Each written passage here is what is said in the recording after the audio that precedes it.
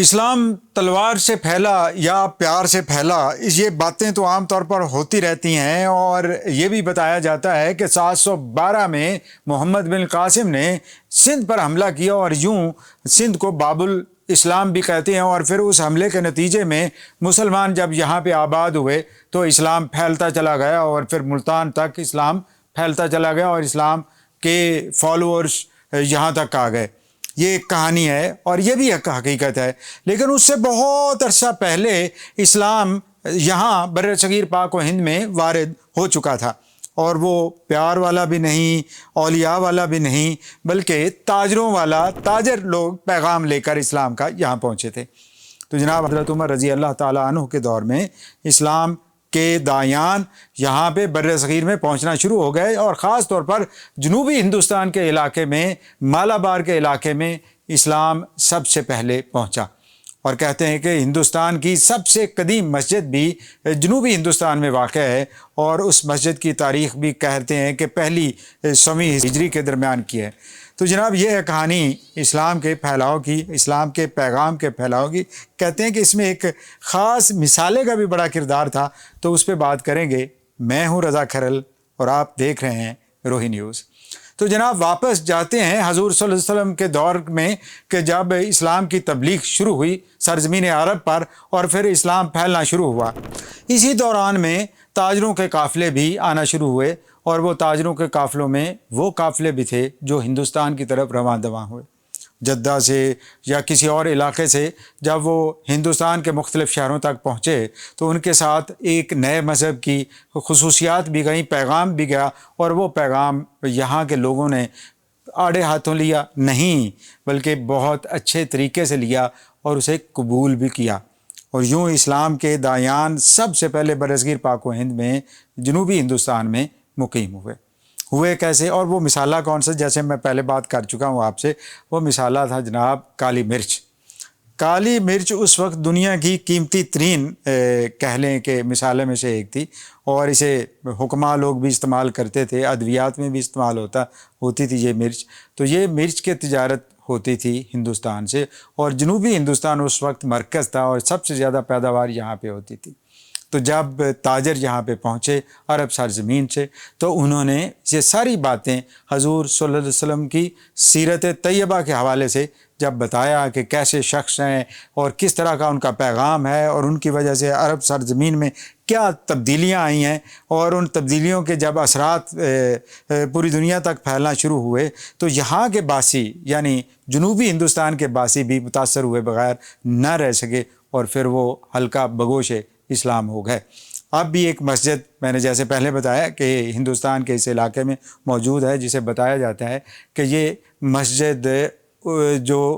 ہندوستان میں پہلی مسجد ہے جو مسلمانوں نے تعمیر کی، یا ان لوگوں نے تعمیر کی جو نئے نو مسلموں نے تعمیر کی۔ اس مسجد انتہائی خوبصورت ہے اور دیکھنے سے تعلق بھی رکھتی ہے، اور اس کی ڈیفینیٹلی یادداشت بھی بہت دلچسپ ہے۔ اس کے کافی عرصے بعد یعنی بنو امیہ کے دور میں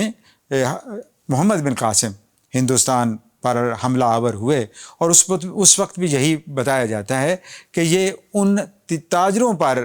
حملے کے نتیجے میں تھا جو راجہ داہر کے علاقے میں ہوا تھا۔ راجہ داہر کا علاقہ صرف سندھ تک ہی محدود نہیں تھا، بلکہ سمندری علاقہ بھی اس کے زیر نگران تھا اور زیر اثر تھا۔ جو بحری قزاقوں نے جب تاجروں کو لوٹا، جن میں اکثریت مسلمانوں کی، تو وہ شکایتیں جب بنو امیہ کے خلیفہ تک پہنچیں تو اس نے پھر کہا کہ کیوں نہ ایکشن لیا جائے۔ یوں ایکشن لیا گیا، اور اس ایکشن کے نتیجے میں اسلام ایک دوسرے راستے سے یہاں پہ وارد ہوا، اور یہاں پہ اسلام کی تبلیغ ہوئی۔ لوگ ساتھ آئے جو اسلام کے بارے میں زیادہ بہتر جانتے تھے، ان کا طرز تبلیغ بھی بہت اچھا تھا، اور اس طرح اسلام پھیلتے پھیلتے منصورہ آباد ہوا۔ یہ کہتے ہیں کہ موجودہ ملتان کے قریب ایک قصبہ تھا جو کسی دور میں آباد ہوا، اور اس طرح ہم یہ کہہ سکتے ہیں کہ اسلام یہاں تک پہنچا۔ اسلام کا تیسرا راستہ پہاڑوں سے ہے، اور وہ ہے شمالی ہندوستان، یا آپ کہہ سکتے ہیں کہ موجودہ خیبر پختونخوا کا علاقہ۔ اس علاقے سے بھی اسلام پھیلا، کہ اسلام پھیلا تو عرب سرزمین سے عراق کی طرف مسلمان آئے، یہاں پہ مسلمانوں کی آبادی بڑھی تو پھر ایران کی طرف آبادی آئی، وسطی ایشیا کی طرف بہت سارے مسلمان پہنچے، اور یہاں بھی اولیاء اللہ کی سرزمین ایک طرح سے افغانستان کے بہت سارے علاقے اور وسطی ایشیا کے علاقے بننا شروع ہوئے، اور پھر وہاں سے اسلام کے دائی ہندوستان کی طرف مڑے۔ کسی کو دعوت ملی کہ وہ ہندوستان میں تشریف لائے، اور کسی کو ویسے ہی انہوں نے ایک ایڈوینچر کی کہ کیوں نہ اسلام کا پیغام ہندوستان کے ان ہندوؤں تک بھی پہنچایا جائے جو اس وقت پنجاب اور جنوبی پنجاب کے بہت سارے علاقوں میں آباد ہیں۔ تو یوں اسلام یہ 10ویں صدی عیسوی میں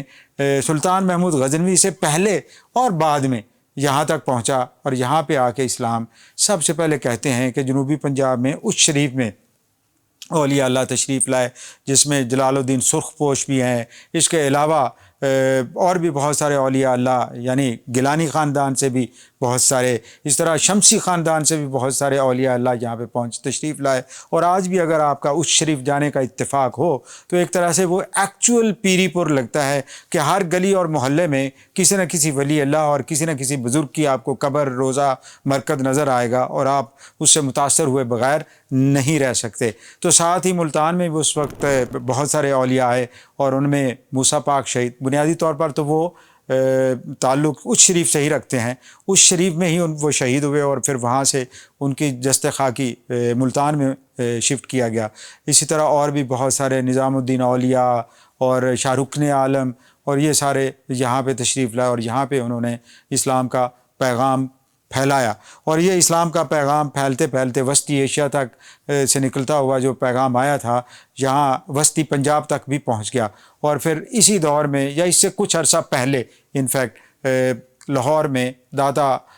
گنج بخش یا علی حجویری یہاں پہ تشریف لائے، پھر انہوں نے یہاں پہ اسلام کا پیغام پھیلایا، اور ان کے ہاتھ پر بہت سارے ہندوؤں نے، بہت سارے غیر مسلموں نے بیعت کی، اسلام میں داخل ہوئے۔ تو یہ ایک سلسلہ چل رہا ہے تب سے لے کر اب تک، اور اب بھی چلتا جا رہا ہے، لیکن آپ کو یہ بتانا ضروری تھا، اور میں یہ سمجھتا تھا کہ میں تھوڑا سا آپ کے ساتھ یہ شیئر کر دوں کہ اسلام کے پھیلنے میں تاجروں اور تجارت کس چیز کی ہوتی تھی؟ کالی مرچ کی۔ تو دیکھیے نا کالی مرچ کی ہندوستان کی تاریخ میں اور مسلم تاریخ میں کتنی اہمیت رکھتی ہے۔ مجھے اس بات پہ فیڈ بیک ضرور دیجیے گا۔